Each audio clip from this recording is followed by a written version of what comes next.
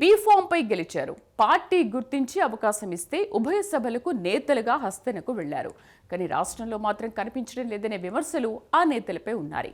ప్రతిపక్షాలు అధికార పార్టీపై విమర్శలు చేస్తుంటే కనీసం వీరి నుండి ఎలాంటి స్పందన లేదనే చర్చ జరుగుతోంది. ఇందులో కొందరు గాంధీ భవన్ మెట్లు కూడా సరిగ్గా ఎక్కడం లేదని పార్టీ వర్గాల్లో గుసగుసలు వినిపిస్తున్నాయి. ఇంతకీ ఆ ఎంపీలు రాజకీయంగా ఎందుకు యాక్టివ్గా కనిపించట్లేదు?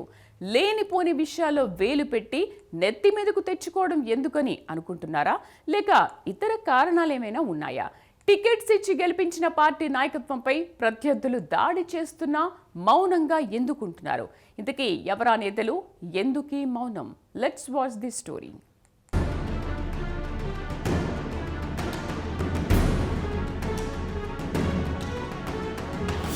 తెలంగాణ హస్తం పార్టీలో ఆ 11 మంది లీడర్స్ ఎక్కడా? క్రికెట్ టీంలో ఉండే సంఖ్య ఉంది, కానీ గేమ్ మాత్రం ఆడడం లేదట. సీఎం రేవంత్ రెడ్డితో పాటు ప్రభుత్వంపై ప్రతిపక్షాలు ఘాటుగా విమర్శలు చేస్తుంటే ఆ నేతలు ఎందుకు మాట్లాడడం లేదు? ఆ నేతలకు వాయిస్ లేదా?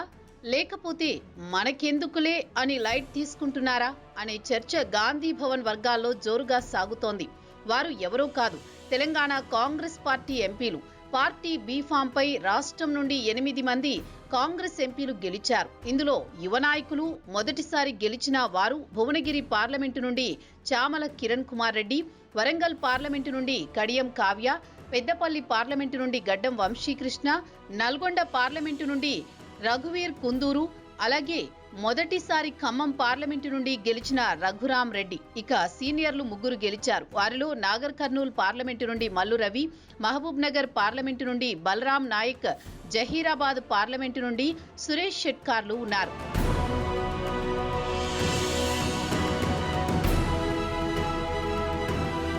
ఇక మరో 3 రాజ్యసభ సభ్యులు తెలంగాణ రాష్ట్రం నుండి ఉన్నారు. పార్టీలో సీనియర్ నాయకురాలు, ఫైర్ బ్రాండ్ గా పేరున్న రాజ్యసభ ఎంపీ రేణుకా చౌదరి, యంగ్ ఎంపీగా పేరున్న అనిల్ కుమార్ యాదవ్, ఇటీవలే ఎన్నికైన అభిషేక్ సింఘ్వి. ఈ 3 కూడా పార్టీలో చాలా కీ రోల్ ప్లే చేసే సత్తా ఉన్న నాయకులే. పార్టీ కోసం కష్టపడిన వారు, పార్టీ లాయలిస్టులు అనే పేరున్న నాయకులే వీరు. అయితే వీరిలో కొందరు గాంధీ భవన్ మెట్లు ఎక్కలేదని, కనీసం ముఖం చూసిన పాపాన పోలేదని అంటున్నారు. ఇంకా ఖచ్చితంగా చెప్పుకోవాలంటే మల్లు రవి, చామల కిరణ్ కుమార్ రెడ్డి తప్ప మిగతా వాళ్లు ఎవ్వరూ యాక్టివ్గా కనిపించడం లేదన్నది పార్టీలో టాక్. అసలు వాళ్లంతా కాంగ్రెస్ వ్యవహారాలతో అంటీ ముట్టనట్టు ఉంటున్నారట.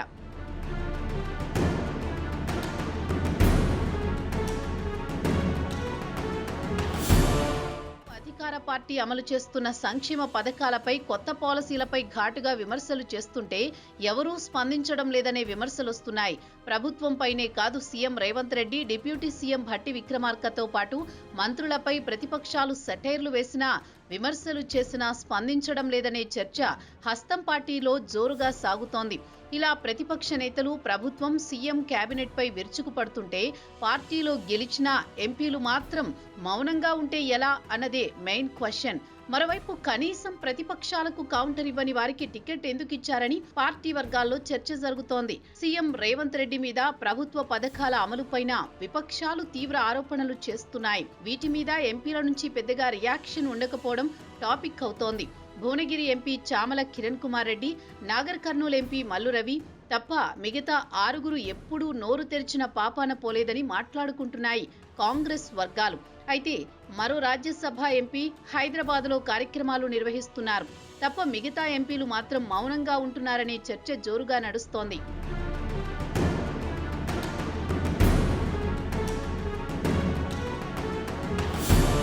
సీనియర్లుగా గెలిచిన నేతలు అలాగే ఉన్నారని, మొదటిసారి గెలిచిన యువనేతలు గడ్డం వంశీకృష్ణ, రఘువీర్, కడియం కావ్య, అలాగే ఖమ్మం ఎంపీ రఘురాం రెడ్డిలు అయితే ఇప్పటి వరకు ఎక్కడా మాట్లాడినట్లు కూడా కనిపించలేదని అంటున్నారు. అసలు ఎంపీలుగా ఉన్నారా లేరా, ఎందుకు మాట్లాడడం లేదని గాంధీ భవన్ వేదికగా విమర్శలు వినిపిస్తున్నాయి. ఇక సీనియర్లుగా 3 ఎంపీలు మల్లు రవి, బలరాం నాయక్, సురేష్ షెట్కార్లు సైతం తమకు ఉన్న అనుభవాన్ని ఎక్కడా చూపించడం లేదనే చర్చ నడుస్తోంది. ఇందులో చాలా మంది ఎంపీలు అసలు గాంధీ భవన్ మెట్లు కూడా ఎక్కడం లేదు. ప్రభుత్వానికి, సీఎంకు మద్దతుగా నిలవడం సంగతి దేవుడెరుగు. అసలు పార్టీ తరపున కూడా మాట్లాడడం లేదట. కేవలం ఇన్ఛార్జి వచ్చినప్పుడు నిర్వహించే సమావేశాలకు తప్ప ప్రెస్ మీట్లు పెట్టింది లేదు, ప్రతిపక్షాలు చేస్తున్న కౌంటర్స్ కి రీకౌంటర్ చేసింది లేదు అనే వార్తలు ఎక్కువగా వినిపిస్తున్నాయి. మరి వీరి మౌనం వెనుక మతలబు ఏంటి? పార్టీ ఎలాంటి డైరెక్షన్ ఇవ్వడం లేదని మౌనంగా ఉంటున్నారా, లేక గెలిచాము మన పని మనం చేసుకుందామని సైలెంట్ గా ఉంటున్నారా అనేది మాత్రం వారు వాయిస్ రైజ్ చేసినప్పుడే తెలుస్తుంది. అంతవరకు వేచి చూడాల్సిందే.